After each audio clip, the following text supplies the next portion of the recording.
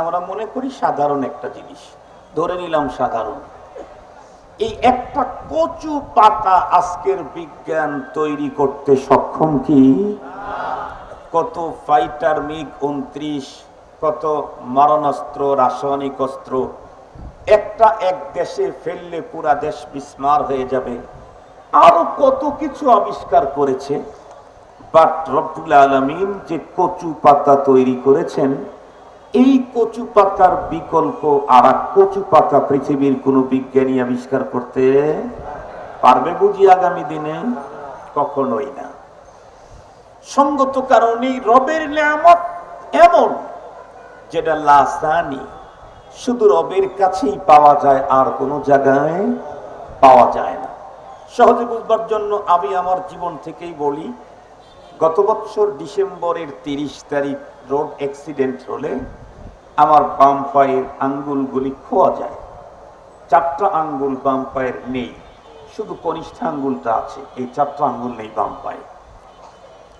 এই 4টা আঙ্গুল যখন কাটলাম, এই আঙ্গুলগুলি ফেলে দিতে আমার টোটাল চিকিৎসায় 10 লাখের উপরে ব্যয় হয়েছে, টোটাল শুরু থেকে শেষ পর্যন্ত।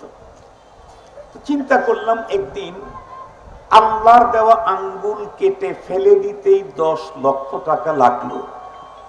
তো এলাকার তাম পৃথিবীর সমস্ত মানুষ যদি আমাকে হাদিয়া দেয়, হুজুর একজন খতিব মানুষ, ভালো কথা বলেন, আমরা হুজুরের আঙ্গুলটা একটু আগের মতো করে দিব, তাতে কত কোটি মিলিয়ন ডলার হলে আমার আঙ্গুলগুলি আবারও লাগানো সম্ভব? কথা বলেন না কেন ভাইজান? কত কোটি মিলিয়ন ডলার হলে আমার ওই আঙ্গুলগুলি আমার পায়ে লাগানো সম্ভব? সম্ভব কি? দুনিয়ার সমস্ত স্বাস্থ্য বিজ্ঞানী, সকল সার্জন ডাক্তার, সকল প্লাস্টিক সার্জন সব যদি একত্রিত হয়ে এখন থেকে কিয়ামত পর্যন্ত শুধু একটা আঙ্গুল আমার বানিয়ে দিতে চায়, কিয়ামত ইসরাফিল আলাইহিস সালামের সিংহায় ফুয়ের টাইম এসে যাবে, কিন্তু রবের দেওয়া আঙ্গুলের মতো একটা আঙ্গুল বলুন তখনও একটাও সারা দুনিয়া মিলে তৈরি করতে পারবে না। এখান থেকেই বোঝা গেল রবের নেয়ামত কত বড় দামি। আঙ্গুল ছাড়াও আমি বেঁচে আছি এবং চলতেছি, পা ছাড়াও আমি বেঁচে থাকতে পারবো। তাহলে এমনও কিছু পার্টস আমার শরীরে আছে যেগুলি ছাড়া আমি বাঁচার কোনো কায়দাই নেই। যেমন হার্ট, হার্ট ছাড়া পৃথিবীর কেউ বাঁচার কোনো সুযোগ আছে কি? নেই। ফুসফুস ছাড়া পৃথিবীর কেউ বাঁচার সুযোগ নেই। প্যানক্রিয়াস, লিভার ছাড়া পৃথিবীর কোনো মানুষের বাঁচার কোনো সুযোগ নেই। তাহলে এগুলি আরো দামি। এ কারণে রব্বুল আলামিনের প্রতিটি নেয়ামত অনেক অনেক অনেক দামি। তবে এরপরেও কোনোটার গুরুত্ব কোনোটার চাইতে বেশি, কোনোটার চাইতে কোনোটার দাম কম। এটি আল্লাহর সৃষ্টির ব্যাপারে মানায় না। এটা বলা যেতে পারে যে কোনোটার চাইতে কোনোটার দাম বেশি। তো যেই নেয়ামতগুলি অনেক দামি, এই জাতীয় একটা নেয়ামত হচ্ছে স্পিকিং পাওয়ার, কুওয়াতে তাকাল্লুম, কথা বলার যোগ্যতা। যেই যোগ্যতা বলে আজকে আমি বক্তা হতে পেরেছি, যেই যোগ্যতার কারণে আরিফ বিন হাবিব সাহেব আপনাদেরকে নিয়ে এতক্ষণ পর্যন্ত বসেছিলেন, আপনারাও ছিলেন। উনি এখন যেই পরিমাণে মালুমাত আছে, এর চাইতে যদি আরো কয়েক হাজার গুণে মালুমাত উনি অর্জন করেন, বাট উনি যদি কথা বলতে না পারেন, তাহলে ওনার বক্তৃতার মঞ্চের শ্রোতা হবে কয় হাজার। কথা বলেন না কেন? আমার কথা বুঝেন না আপনারা? আমি তো আপনাদের পুরাতন পাপী। এই ময়দানে আমি এর আগে একবার ওয়াজ করে গিয়েছি। সেই সময় আমার পীর ও মুর্শিদ আরেফ বিল্লাহ অধ্যক্ষ মিজানুর রহমান চৌধুরী হাফিজাহুল্লাহ ছিলেন, আমার তো মনে আছে। তখন তো ছিল স্বাধীনতার আগে, এখন তো দ্বিতীয় স্বাধীনতার পর। তখন তো বক্তৃতা দিতে গেলে এদিক থেকে ফোন, ওই দিক থেকে ফোন। একটু বেশি সময় হলেই আমাদের ভাইরা বলতো, হুজুর বন্ধ করেন, না হলে আমরাই বন্ধ করে দেব। সেই ভাইরা এখনো আমাদের দেশে আছেন। আলহামদুলিল্লাহ ওনারা আর বলেন না যে বন্ধ করেন। ঠিক বললাম? এটা রব্বুল আলামিনের কাজ। তিলকাল আইয়ামু নুদাবিলুহা বাইনান নাস। রব এই কাজগুলি করেন যেটা সব মিলে করতে পারে না, ওটা রব একাই করেন। মুহতারাম হাজিরিন, সেদিকে যেতে চাই না। আজকে যেহেতু ওই ঝামেলা নাই, এই কারণে 10-20 মিনিট সময় বেশি হলে তো কোনো সমস্যা নাই, রাস্তায়ও কোনো সমস্যা নাই, এখানেও কোনো সমস্যা নাই। বরং আমাদের প্রশাসনের ভাইরা তো এতটাই আরো সুন্দর হয়েছেন আগের চাইতেও, যে আপনি রাস্তা দিয়ে গেলে দেখবেন অনেক সময় ওনারা যারা ডিউটি পালন করেন তারা ফোনেই বেশি কথা বলেন, কোন গাড়ি ঠেকলো কোন গাড়ি গেল এটা নিয়েও অত গুরুত্ব দেন না। এত ভালো হয়ে গেছেন আমাদের ভাইয়েরা। আল্লাহ এদেশের প্রতিটি নাগরিককে অনেক ভালো বানিয়ে দিন। আর একটু জোরে বলেন। মুহতারাম হাজিরিন, আজকে ঝামেলা নেই, নিরাপদে কথা বলা যাবে, নিশ্চিন্তে কথা বলা যাবে। আমার আগেও ঝামেলা ছিল না, কারণ আমি ডিরেক্ট কোনো মানুষের নাম ধরে কথা বলি না। তো মুহতারাম, বলতেছিলাম জবান কথা বলার যোগ্যতা আল্লাহ পাকের দেওয়া এক দান, এক নেয়ামত, যেটা এত বড় নেয়ামত, যেই নেয়ামতের দ্বারাই আমি আমার মনের সকল হাব ভাব প্রকাশ করতে পারছি। আমার ভিতরের দুঃখ বেদনা কষ্ট আনন্দ আরাম এগুলি আরেকজনের সাথে শেয়ার করতে চাইলে কি লাগে? ভাষা লাগে, আওয়াজ লাগে, কণ্ঠ লাগে। যেই মানুষটা কথা বলতে পারে না, সেই তার নিজের মনের ভাবকে আরেকজনের সামনে প্রকাশ করতে পারে না। আপনারা লক্ষ্য করে দেখছেন কি, একটা সময় কিন্তু আমাদেরও ছিল, আমাদের মুখে আওয়াজ ছিল, ভাষা ছিল না। আমরা যখন ছোট ছিলাম, মার যখন দুধ পান করেছি, একেবারেই ছোট, দুঃখ লাগলে, ক্ষুধা লাগলে, কোনো কিছু আঘাতপ্রাপ্ত হলে, কোনো জায়গায় ব্যথা পেলে কিছুই বলতে পারতাম না। সেই সময়টা কিন্তু মা 24 ঘন্টা আমাকে নিয়েই ব্যস্ত থাকতেন। যতক্ষণ পর্যন্ত মায়ের সন্তান কথা বলতে না পারে, ততক্ষণ পর্যন্ত মা তার সন্তানকে নিয়ে সিরিয়াসলি ব্যস্ত থাকে। কেন? যখন সন্তান কথা বলতে পারে তখন মা বুঝে এখন আর ওর পিছনে আমাকে এত বেশি শেল্টার দিতে হবে না, গাইড দিতে হবে না, কারণ ওর প্রয়োজন হলেও আমাকে বলবে।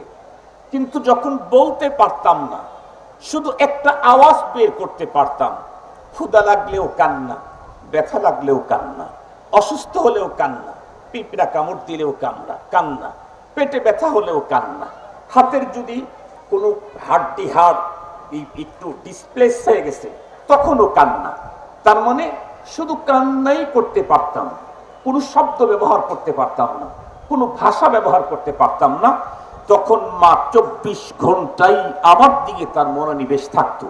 এ কারণে আপনারা লক্ষ্য করে দেখেন, আমার মা, আমি যখন ছোট কথা বলতে পারি না, তখন আমাকে ঘুম পাড়ায়া মা তার বান্ধবীদের সার্কেল নিয়ে যখন গল্প করতে থাকে, মজা করতে থাকে, হঠাৎ করে মা ওখান থেকে উঠে দৌড় দেয়। অন্য বান্ধবীরা ডেকে বলে, কি হলো তো? বলে, আমার বাচ্চা কান্না করছে। আরে কতগুলি মেয়ে মানুষ এখানে বসে আছে, কারো কানে বাচ্চার কান্নার আওয়াজ ঢুকলো না, মায়ের কানে ঢুকলো কেন? কারণ মা যেখানেই থাকুক, সন্তান যেহেতু কথা বলে তার ভিতরের বিষয়টা ব্যক্ত করতে পারে না, এজন্য মাকে খুব অ্যালার্ট থাকতে হয়। কারো কানে আওয়াজ ঢোকার আগে মায়ের কানে আওয়াজ ঢোকে। এরপরে রব্বুল আলামিন এক সিস্টেম করে দিয়েছেন, বাচ্চার কান্নার ভঙ্গিমাতে পৃথিবীর কেউ যদি না বুঝে, মা ঠিকই বোঝে বাচ্চা কোন কারণে কান্না করে। এটা কি ক্ষুধার কান্না? এটা কি পেটে ব্যথার কান্না? নাকি এটা কি পিঁপড়া কামড়ের কান্না? নাকি তার হার্টটি ডিসপ্লেস হয়ে গেছে সেই কান্না? অন্যরা কেউ না বুঝলেও মা বুঝে।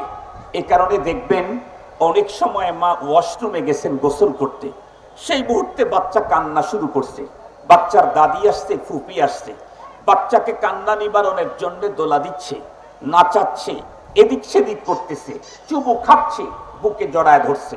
এরপরেও বাচ্চার কান্না বন্ধ হয় না। মা দ্রুত ওয়াশরুম থেকে বের হয়ে এসে তাদের কাছ থেকে বাচ্চাটাকে নেয়, নিয়ে মা এদিক ওদিক সুন্দর করে দেখে কেন কান্না করে। মা বুঝতে পেরেছে এই কান্না তার ক্ষুধার না, এ কান্না তার পেটের ব্যথার না, এ কান্না তার হাতের হাড়টি ডিসপ্লেস হওয়ার না, এ কান্না পিঁপড়া কামড় দেওয়ার। এটা কেউ বুঝে নাই, মা বুঝেছে।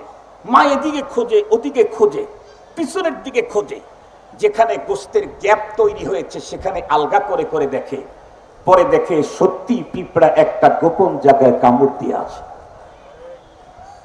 মা বুঝেছে, আর কেউ বোঝে নাই।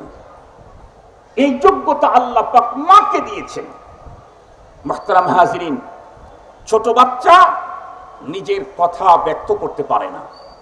যে মানুষটা নিজের মনের আবেগ ব্যক্ত করতে পারে না, সেই বুঝে কথা বলা কত বড় নেয়ামত।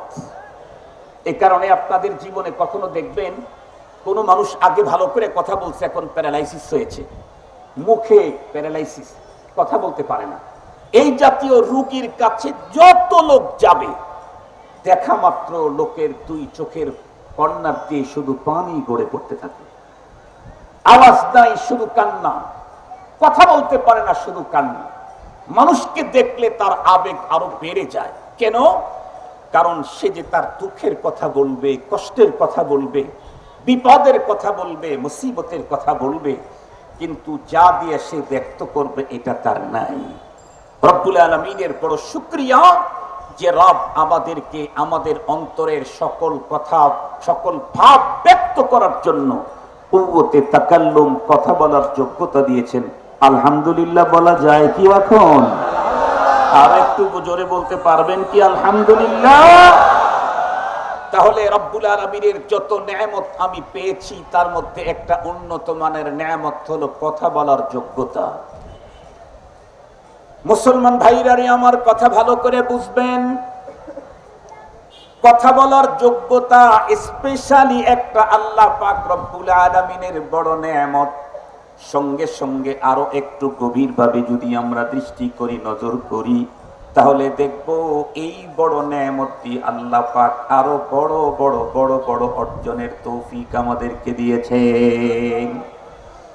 খুব ভালো করে বুঝবেন, এই জবান দিয়ে এমন কিছু আমল করা যায় যে আমলগুলি আমার দেহের অন্য কোনো অঙ্গ প্রত্যঙ্গ থেকে যত আমল দুনিয়ার ভিতরে আমি আপনি করতে পারি, তার ভিতরে সবচেয়ে দামি দামি আমল যেগুলি, এগুলির অনেকগুলার সম্পর্ক হলো মানুষের ভাষার সঙ্গে, জবানের সঙ্গে।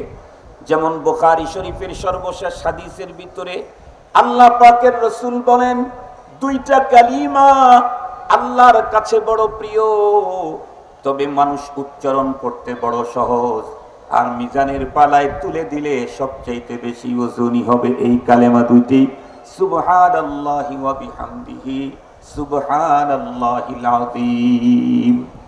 মাত্র দুইটা কালিমা, মুখে উচ্চারণ করা খুব সহজ, কিন্তু রব্বি কারীমের কাছে বড় প্রিয়। হাবিবাতানি ইলার রহমান।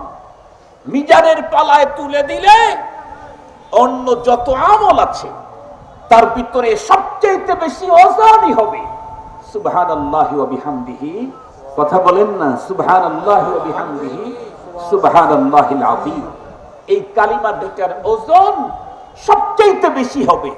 বুখারী শরীফের সর্বশেষ হাদিস, যেই আমল মিজানের পালায় তুলে দিলে সবচেয়ে বেশি ওজন, সে আমলটা কি হাত দিয়ে না পা দিয়ে না পেট দিয়ে না পিঠ দিয়ে না জবান দিয়ে? আর একটু জোরে বলেন।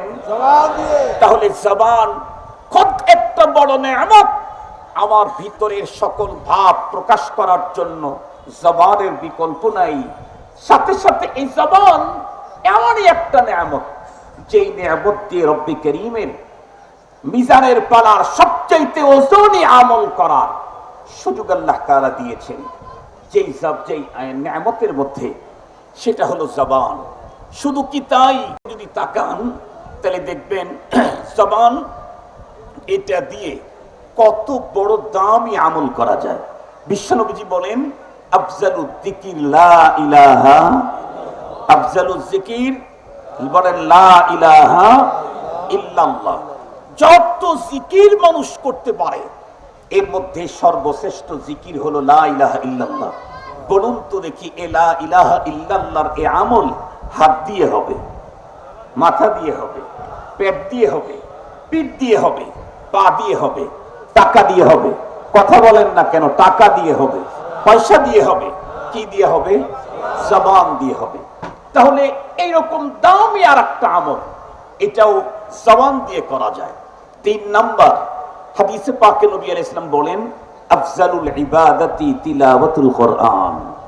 সর্বশ্রেষ্ঠ ইবাদত, নফল যত ইবাদত দুনিয়াতে আছে, মক্কায় করেন, মদিনায় করেন, রাতে করেন, দিনে করেন, একা একা করেন, লোকালয়ে করেন, যত ইবাদত আপনি করতে পারেন, দুপুর রাত্রে করেন, গভীর রাত্রে পড়েন, সমস্ত নফল ইবাদতের ভিতরে সবচেয়ে দামি ইবাদত যেটা, সেটা হলো কোরআনে পাকের তিলাওয়াত। বলুন তো দেখি, এই আমলটা করার জন্য কি লাগে? আর একটু জোরে বলেন, কি লাগে? জবান। তাহলে জবান খুব একটা বড় নেয়ামত। এরপরে এইটা দিয়া পৃথিবীর অনেক বড় বড় দামি দামি ইবাদত আঞ্জাম দেওয়া যায় এই জবান দিয়ে। তাহলে জবান কত বড় দামি। মুসলমান ভাইরা আমার কথা ভালো করে বুঝবেন, যে জবান খুব একটা বড় নেয়ামত। একজন মানুষ তার অন্তরের সকল ভাব, সকল বন্ধুরা আমার কথা, সকল বিষয়গুলি আর একজনের সঙ্গে শেয়ার করতে চাইলে জবান আর ভাষা ছাড়া হয় না। সঙ্গে সঙ্গে এই জবান দিয়ে যে ইবাদতগুলি করা যায়, তার ভিতরে একটা ইবাদত এমন আছে, সমস্ত ইবাদত জানের পালায় উঠায় দিলে ওর সমান ওজনই হয় না, সেটাও জবান দিয়ে। সবচাইতে শ্রেষ্ঠতম জিকির, এই শ্রেষ্ঠ জিকিরটাও বন্ধুরা আমার জবানের কাজ। এরপরে শ্রেষ্ঠ ইবাদত তেলাওয়াতে কোরআন, এটাও জবানের কাজ। তাহলে জবান এমনই একটা আল্লাহর নেয়ামত, যেই নেয়ামতটা খোদ নিজে দামি, তার দ্বারাই আরো দামি নেয়ামত অর্জন করা যায়, দামি দামি ইবাদত করা যায়। কিন্তু মনে রাখতে হবে, যেই জিনিস যত বেশি দামি হয়, এই জিনিসটা যদি নষ্ট হয় তত বেশি খারাপ হয়ে যায়। এই জন্যই আল্লাহ পাকের পয়গম্বর স্পষ্ট হাদিসের ভিতরে বলেছেন, মাইয়াদমানলি মা বাইনা লাহইয়াইহি ওয়া মা বাইনা রিজলাইহি আদমান লাহুল জান্নাহ। এই পৃথিবীর যেই মানুষগুলি আমাকে তার দেহের 2টা অঙ্গ সম্পর্কে জামানত দেবে, আমি রহমতে আলম সাল্লাল্লাহু আলাইহি ওয়াসাল্লাম তাকে পরপারে আল্লাহ পাকের জান্নাত দেওয়ার জন্য জামিন হয়ে যাব। মুসলমান ভাইরা আমার খুব ভালো করে বুঝবেন, যেহেতু জবান, এর দ্বারা পৃথিবীর উন্নত উন্নত আমলের সুযোগ আছে। সঙ্গত কারণেই আমি আল্লাহ প্রদত্ত এই জবানটাকে কখনোই বন্ধুরা আমার অপাত্রে ব্যবহার করব না। শুধুমাত্র কেবলমাত্র ওই কাজে ব্যবহার করব, যেই কাজে ব্যবহার করলে রব্বুল আলামিনের কাছে আমি হাজার নিয়ামত প্রাপ্ত হতে পারি। কোরআনে হাকিমে আল্লাহ পাক বলেন, লা ইন শাকারতুম লা আযীদান্নাকুম ওয়া লা ইন কাফারতুম ইন্না আযাবী লাশাদীদ। তোমরা যদি আমার নিয়ামত প্রাপ্তির পরে শুকরিয়া আদায় করো, তাহলে তোমাদের নিয়ামত আরো বাড়িয়ে দেব। আর যদি কুফরি করো, তাহলে মনে রেখো আমার আযাব বড় ভয়ঙ্কর। মুসলমান ভাইরা আমার খুব ভালো করে বুঝবেন, সঙ্গত কারণেই জবান ব্যবহার করতে আমাকে খুব বেশি সতর্কতা অবলম্বন করতে হবে। কারণ মনে রাখবেন, আল্লাহ পাকের কোরআনে আল্লাহ পাক বলে দিয়েছেন, মা ইয়ালফিযু মিন কাওলিন ইল্লা লাদাইহি রাকীবুন আতীদ। আমি যদি সরকারের একটা গাড়ি চালাই, তাহলে এই গাড়ি চালাইতে গেলে এর অনেক কিছু বিষয়ের কাগজ মেনটেন করতে হয়। আমি যদি কারো কাছে কোনো একটা চাকরি করি, বেতন পাই, তাহলে আমাকে অনেক নীতি রীতি মানতে হয়। মুহতারাম হাজরিন, রব্বি কারীম আমাকে এত বড় মহান নিয়ামত দিলেন, সেই নিয়ামত দিয়ে আমাকে কি যেমন ইচ্ছা তেমন ব্যবহার করতে দিবেন? তা কখনোই হতে পারে না। রব্বি কারীম নিয়ামত দিয়েছেন, কোরআনে বলেছেন, সুম্মা লাতুসআলুন্না ইয়াওমা ইদিন আনিন নাঈম। তোমাকে যত নিয়ামত দিয়েছি, প্রত্যেকটা নিয়ামত সম্পর্কে আমি পরপারে তোমাকে জিজ্ঞাসা করব। মুহতারাম হাজিরিন, আল্লাহ প্রদত্ত নিয়ামতগুলি আল্লাহ প্রদত্ত পদ্ধতিতে যদি দুনিয়াতে ব্যবহার না করি, তাহলে পরপারে আমাকে শাস্তি নিতে হবে। এই শাস্তি আমাকে রব পরপারে দিবেন, এজন্য সবকিছু রবের চোখের সামনে, তার সামনে সবকিছু সংগঠিত হওয়ার পরেও পরপারে আল্লাহ পাক বান্দাদেরকে শাস্তি অথবা শান্তি যেটাই দিবেন, এর জন্য তার প্রত্যেকটি কর্মের উপরে আল্লাহ পাক সাক্ষী ঠিক করে রাখছেন। তার ভিতরে একটা, আমি আমার জীবনের যত কথা যত কাজ করব, প্রত্যেকটি কথা আর কাজের পিছনে একটা সাক্ষী হলো আমার সাথে ফেরেশতা লাগানো আছে। আমার সাথে কি লাগানো আছে? কথা বলেন। ফেরেশতা লাগানো আছে। কয়জন ফেরেশতা লাগানো আছে?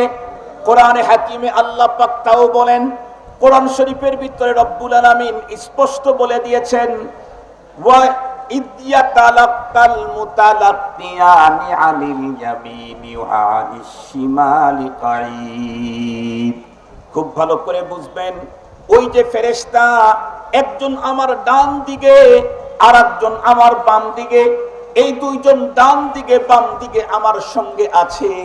আমি ঘরে থাকলেও আছে, আমি বাইরে গেলেও আছে, আমি সংসদে ঢুকলেও আছে, আমি যদি দেশের বাইরে যাই আছে, আমি আকাশ পথে চললে আছে, আমি যেখানে আছি সেখানেই আছে। কোরআনে হাকিমের আরেক জায়গায় আল্লাহ বলেন, কিরামান কাতিবিনা ইয়ালামুনা মা তাফআলুন। সম্মানিত ফেরেশতা দুইজন লেখক আমার বন্ধুরা আমার সঙ্গে লাগানো আছে। ওরা কি লিখতেছে, কি করতেছে, আল্লাহর কোরআনে আল্লাহ পাক তাও বলেন, ওয়া কুল্লা ইনসান আলজামনাহু তাইরাহু ফি উনুকিহি ওয়া নুখরিজু লাহু ইয়াওমাল কিয়ামাতি কিতাবান ইয়ালকাহু মানশুরা। আমার সঙ্গে ওরা লাগানোই আছে। আমি যা করছি সবগুলি তারা ভরিয়ে সংরক্ষণ করে রাখছে, পিকচার সহ, ছবি সহ। ফামান ইয়ামাল মিসকালা দাররাতিন খায়রান ইয়ারা ওয়া মান ইয়ামাল মিসকালা দাররাতিন শাররান ইয়ারা। এতদিন পরে আমার দেশের অনেক অফিস আদালত সিসি ক্যামেরার দ্বারায় নিয়ন্ত্রিত, সে তো আমরা দেখলাম 15 বছর 20 বছর আগ থেকে। রব্বে কারীম কোরআন নাজিল করতেই পৃথিবীর মানুষকে জানায় দিয়েছেন, তোমরা তোমাদের ব্যবসা বাণিজ্য প্রতিষ্ঠানগুলোকে সেফটির জন্য সিসি ক্যামেরার আওতায় আনছো। রব 1400 বছর আগেই জানায় দিয়েছেন যে তোমরা পৃথিবীর যেখানে যেখানেই থাকো, টোটাল জাহানে আমি রবের সিসি ক্যামেরা লাগানো আছে। ফামাইয়ামাল মিসকালা দাররা, কিঞ্চিত পরিমাণ পরমাণু পরিমাণেও যদি কোনো অপরাধ করো, ইয়ারাহু, এটার ভিডিও ফুটেজ তোমাকে দেখানো হবে। আল্লাহু আকবার বলবেন কি? এই যে হাত উঁচু করেছি, এই ভিডিও সংরক্ষিত আছে। আরে ভাই, রব্বুল আলামিন আমাদের টোটাল লাইফের সব সংরক্ষণ করবেন, এটা তো সহজ কথা। বর্তমান পৃথিবীতে এই কম্পিউটার, এই মোবাইল আবিষ্কার হওয়ার কারণে আমি যদি আমার ফোনে একটা ছবি উঠাই, পরে চিন্তা করলাম না ছবিটা ভালো না, ডিলিট করে দেই, আমার ফোন থেকে স্ক্রিন থেকে ডিলিট করলেও এই ফোনের মূল যে জায়গা আছে সেই জায়গায় আমার এই ছবিটা থেকেই গেল। 50 বছর পরে না, 1000 বছর পরে যদি কোম্পানি চিন্তা করে যে এই নাম্বার থেকে কতগুলি ছবি উঠাইছিল, 1000 বছর পরে 100 বছর পরে তারা বের করতে পারবে। মানুষের তৈরি তথ্য প্রযুক্তিতে যদি আমার ছবি আমি উঠানোর পরেও সেটা যদি মূল জায়গায় ডিলিট না হয়, আমি ডিলিট করার পরেও, তাহলে এই মানুষটাকে যে রব তৈরি করেছেন তার প্রযুক্তি কত উন্নত, তার প্রযুক্তি কত উন্নত। এ কারণে আমার জীবনের ঘটা এমন কোন কাজ, এমন কোন নকল হারাকাত নাই যা রবের কাছে তার তথ্য নাই। আমরা বিগত সময় একটু ক্রাইসিসেই ছিলাম। বিগত সময় বুঝছেন তো, বিগত সময় ক্রাইসিসে ছিলাম। বাংলাদেশের আমাদের কিছু বন্ধু বান্ধবদেরকে বিগত সময় এই কি বলে ধরে নিয়ে ভিতরে ঢুকানো হলো। আমরা থাকলাম আত্মগোপনে, লম্বা টাইম পর্যন্ত 7 মাস আত্মগোপনে ছিলাম। এরপরে মসজিদ ঝামেলা, মাদ্রাসা ঝামেলা, বের হতে চাই কিন্তু বের হওয়ার অনুমতি নেই। তো কোনো একভাবে একটা লাইন করলাম। লাইন করার পরে বাংলাদেশের কিছু সংস্থা আছে, নাম বলবো না, ওই সংস্থার লোকেরা এখানে আছে। আমি আসার আগে আমাকে ফোনও করেছেন, কিন্তু এখন যে ফোন করেন মোহাব্বতের সাথে। তখন যারা ফোন করত, ফোন দিয়েই যে ভাষা ব্যবহার করত, ওই ভাষা শুনলেই অল্প দিল হাট যাদের নরমাল, তাদের ভিতরের পানি শুকায় যেত। মুহতারাম হাজিরিন, তো ওই সময় কোনো একটা সময় সুযোগ হলো তাদের সংস্থার হেড অফিসে যাওয়ার মতো। গেলাম, কথা হলো, অনেক কথা, প্রায় 1 ঘন্টার মতো তারা আমাকে ইন্টারভিউ নিল। নেয়ার পরে আমাকে বলতেছিল, হুজুর আপনি কোন রুমে ঘুমান, কোন দিকে মাথা দিয়ে ঘুমান, কয়টার সময় বাসায় ঢোকেন, এই তথ্য আমাদের কাছে আছে। আমি একটু আশ্চর্যই হলাম, আমি কোথায় ঘুমাই, আমার বেডশিটটা কোন কালারের, আমি কোন দিকে মাথা দিয়ে ঘুমাই, এই খবর যদি এদেশের গোয়েন্দার কাছে থাকে, তাহলে আসমান জমিনের মালিকের গোয়েন্দা আরো কত শক্তিশালী। কথা বলবেন কি, কথা বলবেন কি একটু? আসমান জমিনের মালিক যিনি, তার গোয়েন্দা আরো কত শক্তিশালী। আমরা তো জানি আমাদের খোঁজ খবর নেওয়ার মতো সরকারের এক প্রকারের গোয়েন্দা আছে, আবার সেই গোয়েন্দারা কি করে তাদের খোঁজ নেওয়ার জন্য আর এক প্রকারের গোয়েন্দা আছে, আছে না নাই? খোঁজ সরকারের যদি গোয়েন্দাকে খোঁজ খবর নেওয়ার জন্য যদি গোয়েন্দা থাকে, তাহলে আসমান জমিনের মালিক যিনি, এই পৃথিবীর সকল রাজাদি রাজ, নেতা নেত্রী, যত সংস্থা আছে, সকল সংস্থার লোকদের কার্যক্রমকে অবজারভেশন করার জন্য, খোঁজ খাস নেওয়ার জন্য রবের গোয়েন্দা আছে না নাই? আরো জোরে বলেন, আছে না নাই? এমন গোয়েন্দা, যেই গোয়েন্দাকে আপনি কখনো 1 সেকেন্ডের জন্য সরাইতে নড়াইতে পারবেন না। তার ভিতরে একটা গোয়েন্দা, মা ইয়ালফিযু মিন কাউল ইল্লা লাদাইহি রাকীবুন আতীদ। আমি আমার জবান থেকে যত কথা বলবো সবগুলিকে হেফাজত করার জন্য ফেরেশতা আছে। এই একটা গোয়েন্দা হলো ফেরেশতা। কোন অবস্থাতেই তাকে আমি দূরে সরাইতে পারবো না। আমি যদি স্ত্রীর কক্ষেও যাই, গোয়েন্দা সেখানেও আছে। আমি যদি টিকিট করে যদি সৌদি আরবে উড়াল দেই, কয়েক হাজার ফিট উপরে যখন উড়ে যাই, ফেরেশতা আছে না নাই? আমি যদি আন্ডারগ্রাউন্ডে আয়না ঘরের মতো আরো কোন ভয়ঙ্কর জায়গা তৈরি করে সেখানে কিছু করি, সারা দেশের মানুষের খবর না থাকলেও রবের গোয়েন্দার খবর আছে না নাই? আর একটু জোরে বলেন। মুসলমান ভাইরা রে, আমার কথা ভালো করে বুঝবেন। আল্লাহ পাকের তৈরি করা, নিযুক্ত করা গোয়েন্দা এত বড় ভয়ঙ্কর। হযরত বিলাল ইবনে হারিস আল মাজানি উনি বর্ণনার ভিতরে রেখেছেন, পৃথিবীর প্রতিটি মানুষের মুখ থেকে যত শব্দ বের হবে সবগুলাকে সংরক্ষণ করা হবে। এমনকি আমি খেলাম, আমি উঠলাম, আমি গেলাম, চলো যাই আসি, এই কথাগুলাও আমলনামায় সংরক্ষণ করতেছে আল্লাহর গোয়েন্দারা। এমনকি কোন মানুষ যদি কখনো রোগাক্রান্ত হয়ে যদি বন্ধুরা আমার একটু যদি বন্ধুরা আমার তার ভিতরে কোন রকমের আওয়াজ দিয়ে যদি কোন রকম গঙ্গানি ভাব তৈরি হয়, যেমন আমরা অনেক সময় অসুস্থ হইলে আহ আহ বলি, কিতাবের ভিতরে লেখছে এই কথাগুলাও আল্লাহ পাকের গোয়েন্দারা ছেড়ে দেয় না। আল্লাহর পয়গম্বরের এক সাহাবী বলেন, আমি যখন অসুস্থ হইতাম, অসুস্থতার কারণে আহ আহ এই জাতীয় আওয়াজ করতাম, কিন্তু যেদিন শুনলাম যে আল্লাহ পাকের গোয়েন্দারা এই কথাগুলাও আমার আমলনামায় লিখে দিবে, সেই দিন থেকে ব্যথা বেদনার পরে আমি আর ওই রকমের গঙ্গানি গঙ্গাই না, আমি এই অবস্থা পর্যন্ত করি না। তাহলে আমার প্রতিটি কথার পিছনে মুহতারাম হাজরিন, পরপারে রবের আদালতে বিচারের জন্য আল্লাহ পাক 4টা সাক্ষী ঠিক করে রাখছেন, তার ভিতরে একটা হলো ফেরেশতা। সুতরাং এমন কোন কথা বলা যাবে না যেই কথার দ্বারায় আমি আল্লাহর আদালতের আসামিতে কাঠগড়ায় দাঁড়াতে হয়।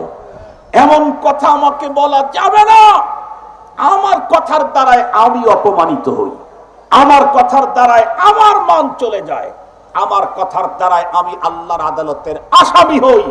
মনে রাখতে হবে, জিহ্বা ছোট্ট একটা অঙ্গ, কিন্তু এর অপরাধ বড় ভয়ঙ্কর। নবীজি বলেন লিসান জিরমুহু সাগীর জুরমুহু কাবীর, জিহ্বা হাতের মতো এত বড় না, মাথার মতো এত বড় না, পায়ের মতো এত বড় না, ছোট্ট একটা অঙ্গ মুখের ভিতরে থাকে, কিন্তু এর অপরাধ কত বড় ভয়ঙ্কর, জিহ্বার অপরাধ কত ভয়ঙ্কর, এটা যদি বুঝতে চান আব্দুল বাসেত খানের ওয়াজে 10 দিনেও যতটুকু বুঝে না আসবে, এই দেশের সাবেক প্রধানমন্ত্রী বঙ্গবন্ধু কন্যাকে ফোন করে জিজ্ঞাসা করলে উনি আধা মিনিটেই বলে দিবে যে হ্যাঁ, জবানের কথা কত বড় ভয়ঙ্কর। 15-16 বছর পর্যন্ত বিডিআর ট্র্যাজেডি থেকে শুরু করে, শাপলা চত্বরের ঘটনা থেকে শুরু করে আরো কত কিছু হলো, এদেশের হাজার হাজার কোটি টাকা দেশের বাইরে চলে গেল, কত জুলুম হলো, নির্যাতন হলো, কত গুম হলো, খুন হলো, এরপরেও বিগত সরকার এবং সরকার প্রধানের কিছু হলো না। কিন্তু চলতে চলতে হঠাৎ করে তার মুখ থেকে বের হয়ে গেল, চাকরি কি অমকদেরকে দেব না অমকের বাচ্চাদেরকে দেব। মনে পড়ে কি আপনাদের? একটা শব্দেই তার সব শেষ হয়ে গেল, মুখ থেকে যখন শব্দটা বের হয়ে গেল সব শেষ হয়ে গেল। মুহতারাম হাজিরিন, মুখের কথা কত বড় ভয়ঙ্কর, হাতের অপরাধের চাইতে মুখের অপরাধ ভয়ঙ্কর, পায়ের অপরাধের চাইতে মুখের অপরাধ ভয়ঙ্কর, অন্য অঙ্গ প্রত্যঙ্গের অপরাধের চাইতে মুখের কথার অপরাধ ভয়ঙ্কর। আমরা কওমি মাদ্রাসার হুজুরেরা ছোট্টবেলায় আমরা যখন পড়েছি একটা আরবি কবিতা পড়েছিলাম, যারা হাতুস সিনানি লাহালতিয়ামু ওয়ালা ইয়ালতামু মা জারাহাল লিসানু। কেউ যদি কাউকে আঘাত করে হাত কেটে দেয়, তাহলে নির্ধারিত সময়ের ভিতরে হাতটা নিয়ে গেলে বর্তমান উন্নত চিকিৎসায় হাত জোড়া লাগে। আর যদি জোড়া লাগার কাজটা কোনো প্লাস্টিক সার্জনকে দিয়ে করে, তাহলে কোন জায়গায় কেটেছিল 1-1.5 বছর পরে এটা বোঝারই কোনো কায়দা নাই। প্লাস্টিক সার্জনকে দিয়ে যদি এ কাজ করে, তাহলে তরবারির আঘাত 2 বছর 3 বছর পর এক সময় মিশে যায়, চিহ্ন হারিয়ে যায়।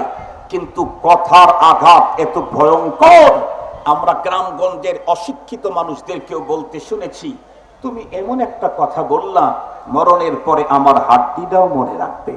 ঠিক বললাম না ঠিক বললাম? কথা বড় ভয়ঙ্কর। এই জাতীয় একটা কথা এক সময় বলেছিল আমাদের পার্শ্ববর্তী টাঙ্গাইলের এক মন্ত্রী, তাও এদেশে বলে নাই। 7 সমুদ্র 13 নদীর পর বিগত সময়ের প্রধানমন্ত্রী বলতেন 17-18 ঘন্টা প্লেনে সফর করে অত দূরে যাওয়া দরকার নাই।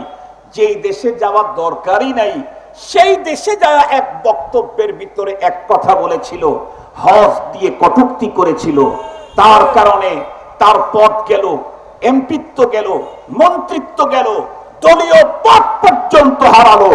আর 24 সালের 37শে জুলাই, মাত্র কয়েকদিন আগে, এত বড় পাওয়ারফুল নেত্রী, যার ব্যাপারে তার দলের লোকেরা বলতো 41 সাল, এখন অন্য লোকেরাও বলতেছিল ও যতদিন বেঁচে থাকবে ততদিন আর সরানো সম্ভব হবে না।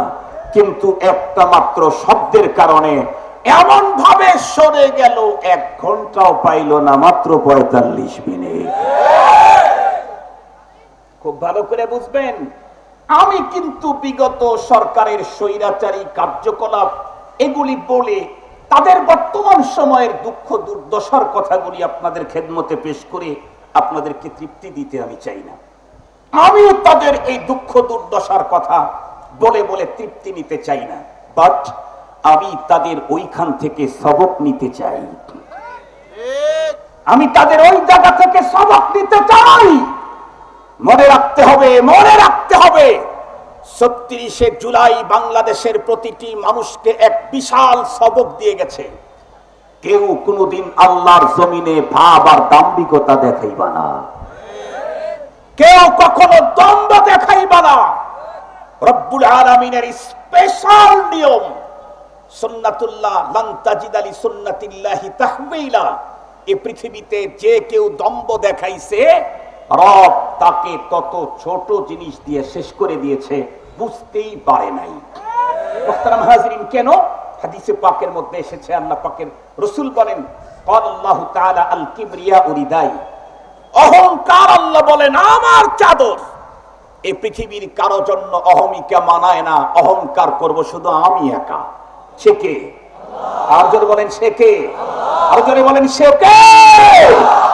উনি অনাদি অনন্ত, উনি সর্বময় ক্ষমতার অধিকারী। সুতরাং তার সাথে যারা পাওয়ার আর ক্ষমতার দম্ভ দেখাবে, রব তাদের জন্য সিস্টেম একটাই চালু করেছেন। ফেরাউন এক সময় দম্ভ দেখিয়েছিল, সে বলেছিল আনা রব্বুকুমুল আলা। পৃথিবীতে কত খোদাই তো তোমরা দেখছো, আমি ওই রকমের না, আমি হলাম সবচেয়ে বড় খোদা। রব্বুল আলামিন তাকে শেষ করার জন্য কি ব্যবহার করলেন? পানি। পানি, কথা বলেন না, কি ব্যবহার করলেন? পানির আর এক নাম যেন কি? আর একটু জোরে বলেন। পানি দিয়া ফেরাউন শেষ হয়েছে, এতটুকুন না, ভিতরে বোঝার বিষয় আছে। যেই পানির অপর নাম জীবন, সেই পানি ফেরাউনের জন্য জীবন না মরণ? শুধু কি মরণ? সেই পানি ফেরাউনের জন্য মরণ তো মরণ। রব্বে কারীম তাকে পানির ভিতরে মেরে আবার চিৎ করে ভাষায় দিয়েছেন, আল ইয়াউমা নুনাজ্জিকা বিবাদানিক লিতাকুনা লিমান খালফাকা আয়া। পানি কত কিছুকে হজম করে ফেলে। পানির ভিতরে বিশাল আকৃতির তিমি মাছ, এক একটা তিমি মাছের হাড় হাড্ডি বহন করার জন্য 2-4-5টা ট্রাক লাগে। এর চাইতেও বড় প্রাণী মহাসমুদ্রের ভিতরে আছে। সেই বড় বড় ওজনের মাছগুলি পানিতেই জন্ম নেয়, পানিতেই বেড়ে ওঠে, পানিতেই শেষ হয়। কোন একটার হাড় হাড্ডি উপরে পাওয়া যায় না। কিন্তু ফেরাউন, ও বলেছিল আমি সবচাইতে বড় খোদা। রব ওরে দেখায় দিলেন, তুই এতটুকুন, আমার পানিও তোকে গ্রহণ করতে রাজি নাই। আল ইয়াউমা নুনাজ্জিকা বিবাদানিক, আজকে সে ভেসে উঠল, কোন পোকাও তোকে খাবে না। লিতাকুনা লিমান খালফাকা আয়া। এরপরে আবার দম্ভ দেখাইল কে? নমরুদ। সে কি করলো? আল্লাহ যারে খলিল ঘোষণা করলেন তারে আগুনে পোড়া দিতে চায়। বলেন তো দেখি, হাস্যকর কথা না? আর একটু জোরে বলেন, হাস্যকর কথা না? দম্ভ দেখালো, আল্লাহ যারে খলিল বানাইছেন তারেও পোড়া দিবে। বলুন তো দেখি, রব্বে কারীম তার দম্ভ শেষ করার জন্য কি মিসাইল সেট করেছিলেন? কি দিয়েছেন? আর একটু জোরে বলেন। যে মশাটাও পাঠাইলেন, এটা সুস্থ মশা না প্রতিবন্ধী? আর একটু জোরে বলেন। আল্লাহর সাথে যে ভাব দেখায়, প্রতিবন্ধী মশা দিয়ে তার ভাবটাকে ঠান্ডা করে দেয়। এরপরে আবার পরবর্তীতে সে আরো একজন দম্ভ দেখাইলো, অনেক লম্বা ইতিহাস। তার মধ্যে একজন আবু জাহাল, সে সিরিয়াস দম্ভ দেখালো, অন্যভাবে চলে, নবীর সাথে ভিন্ন রকমের কথা বলে। রব্বুল আলামিন তাকে শেষ করার জন্য আবু বকর সিদ্দিকের মতো পালোয়ান দিয়েছেন, হযরত ওমর ফারুকের মতো বড় মানুষ পাঠিয়েছেন। কাদেরকে পাঠালেন? শিশুদেরকে পাঠালেন, বালককে পাঠিয়ে দিলেন। বালক দিয়েই তার জীবনকে শেষ করে ফেললেন। 2024-এও দম্ভ দেখিয়েছিল এক প্রকারের মানুষ। আল্লাহ পাক তাদের দম্ভকে শেষ করার জন্য বাবাদেরকে পাঠায় নাই, স্কুল থেকে ছেলেদেরকে পাঠায় দিয়েছে। আপনারা গেছেন না ছেলেরা গেছে? আমরা গেছি না আমাদের পোলায় গেছে? আর একটু জোরে বলেন। ছেলেরা গেছে। ছেলেরা কি দেখলাম বিগত সময়ে, আল্লাহ এতদিন পর্যন্ত গাজার ছোট্ট শিশুদের ঈমান দীপ্ত পাওয়ার দেখে আশ্চর্যান্বিত হয়েছি। ছোট্ট ছোট্ট শিশুরা ইসরায়েলি হানাদার সশস্ত্র সৈন্যদের সামনে বুক টান করে যেইভাবে প্রতিবাদ করেছে, বাংলাদেশেও সেম প্রায় এই রকমের ইতিহাস আমরা দেখতে পেয়েছি। ছোট্ট ছোট্ট ছেলেরা প্রশাসনের সামনে বুক টান করে দিয়েছে, গুলি চালাও। কত বড় সাহস, কত বড় কলিজা! এদেশের মেয়েরা পর্যন্ত তখন রাস্তায় বেরিয়েছিল। কি বলেছে? একটা মারবা 10টা আসবো, 10টা মারবা 100টা আসবো, 100টা মারবা 1000টা আসবো। মুহতারাম হাজরিন, এই কারিশমা, এই কারিগরি সবকিছু মাস্টার মাইন্ডে মূল কে? আর একটু জোরে বলেন কে? এখান থেকে আমাদেরকে সবক নিতে হবে। বিগত সরকারের স্বৈরাচারী আচরণ, জুলুম, খুন, নির্যাতন, মানুষ হত্যা, উলামায়ে কেরামের উপরে অবিচার, এই জাতীয় কারণে তাদেরকে হটাবার জন্য যেমন বাবা ব্যবহার করে নাই, ছেলেরাই যথেষ্ট। নতুন করে কোন স্বৈরাচারী চেহারা যদি কেউ এদেশে দেখান, আপনিও রেডি থাকেন, আপনাকে সরাবার জন্য আল্লাহ ছেলেও পাঠাবে না, নাতি পাঠিয়ে দিবে না। এখান থেকে সবক নেন, সবক। শুধু তাদের দুঃখ দুর্দশার কথা বলে বলে মজা নিলে হবে না। ফাতাবিরু ইয়া উলিল আবসার। মুসলমান ভাইরা আমার খুব ভালো করে বুঝবেন, আমাদের প্রত্যেককেই সবক নিতে হবে। আমার বাড়ির সামনে যদি কোনো একজন মানুষ অপকর্ম, গুনাহ আর অনিয়ম করার কারণে যদি তার উপরে কখনো আযাব গজব আর কখনো আল্লাহর পাকড়াও শুরু হয়, সেটা দেখে দেখে আমি মজা নিব না, না না। ফাতাবিরু ইয়া উলিল আবসার। তুমি ওখান থেকে নসিহত অর্জন করো, কারণ তুমি জানি কখনো এই জাতীয় দুর্নীতি করো না, তুমি যেন অনিয়ম করো না। তাহলে আমরা কি বুঝতেছিলাম? এত বড় পাওয়ারফুল একজন নেত্রী, জবান দিয়ে একটা মাত্র শব্দ বের হওয়ার কারণে তার নেতৃত্ব গেল, দেশটার মধ্যে ইনকিলাব তৈরি হয়ে গেল, তার দলের দুঃখ দুর্দশা শুরু হয়ে গেল। সঙ্গত কারণে আমরা তো ওই দেশের সাধারণ মানুষ, আমাদেরকে কথা বলতে চিন্তা করে বলা দরকার কিনা? আমার কথা যেন পরপারের মহান মালিক, এহকাল পরকালের মালিক, আমার স্রষ্টা, আমার রক্ষাকর্তা, আমার আইনদাতা, আমার বিধানদাতা রব্বে কারীমের কোন আইনের খেলাফ যেন না হয়। আমার মুখ থেকে যেন এমন কথা বের না হয় যেই কথা আল্লাহর কোরআন বিরোধী। আমার মুখ থেকে এমন কথা যেন বের না হয় যে কথা আমার পয়গম্বরের সভ্যতার সংস্কৃতি বিরোধী। আমার মুখ থেকে যেন এমন কথা বের না হয় যে কথা আমার আল্লাহ বিরোধী। এমন কথা যদি আমি বের করে দেই, রব্বে কারীম আমাকে আগেই সজাগ করেছেন, মা ইয়ালফিদু মিন কাউলিন ইল্লা লাদাইহি রাকীবুন আতীদ। তোমার মুখ থেকে যত কথা বের হবে সবগুলিকে সংরক্ষণ করে রেখে তোমার প্রতিটি কথার কর্মের উপরে বিচার করার জন্য পরপারে আল্লাহ পাক রব্বুল আলামিন সাক্ষী ঠিক করে রাখছেন। আমার জীবনের প্রতিটি কথা, প্রতিটি কাজ লেখা আছে। কোরআন শরীফের ভিতরে আসছে, ওয়াউদিআল কিতাবু ফাতারাল মুজরিমিনা মুশফিকিনা মিম্মা ফি ওয়া ইয়াকুলুনা ইয়া ওয়াইলাতানা মা লিহাযাল কিতাব লা ইউগাদিরু সাগীরাতান ওয়ালা কাবীরাতান ইল্লা আহসাহা। খুব ভালো করে বুঝবেন, আল্লাহ পাক রব্বুল আলামিন কোরআনে হাকিমের ভিতরে বলেন, আমাদের আল্লাহর জান্নাতে নিয়ে যাওয়ার জামানতদার হয়ে গেলাম। তার মধ্যে একটা হলো মা বাইনা লাহিয়াই, জবান কন্ট্রোল। আজকে তো আমাদের জবানের দ্বারাই সিরিয়াস গুনাহ হচ্ছে, জাতি ক্ষতিগ্রস্ত হচ্ছে, আমি ক্ষতিগ্রস্ত হচ্ছি। জবান জবান, মিথ্যা, গীবত, পরনিন্দা, আরো কত কিছু। জবানকে শুধু শুধুই আমরা পরপারের আল্লাহর আদালতে নিজেকে আসামিকে দাঁড় করাবার কাজে ব্যবহার করছি। অথচ এই জবান দিয়ে সবচাইতে বেশি ওজনে আমল করার অপশন আল্লাহ আমাকে দিয়েছেন। মিজানের পাল্লায় সবচাইতে বেশি ওজন হবে। এই জবান দিয়ে সবচাইতে উন্নত জিকিরের ব্যবস্থা আমাকে করে দিয়েছেন। তুমি জবানে যদি কথাই বলতে হয় লা ইলাহা ইল্লাল্লাহ বলো, জবানে যদি আওয়াজ করতে হয় সুবহানাল্লাহি ওয়া বিহামদিহি সুবহানাল্লাহিল আযীম বলো। আরো কি দিয়েছেন? আফজালুল ইবাদাতি তিলাওয়াতুল কোরআন। কিছু যদি না বললে ভালোই না লাগে তো সূরা ফাতিহা বলতে থাকো, সূরা নাস পড়তে থাকো, সূরা ফালাক পড়তে থাকো। শুয়ে আছো, পড়তে থাকো। তুমি ঘুমের ঘরে গিয়েও যদি নাস ফালাক পড়ো, ফজর পর্যন্ত তোমাকে সেফটি দেওয়ার জন্য ফেরেশতা আসমানের মালিকের পক্ষ থেকে নিয়োগ করা হবে। আল্লাহ পাক আমাদের সকলকে জবান হেফাজতের তৌফিক দান করুন। আর একটু জোরে বলেন আমিন। এমন কথা বলবো না যে কথার কারণে আমি নিজেই লজ্জিত হই।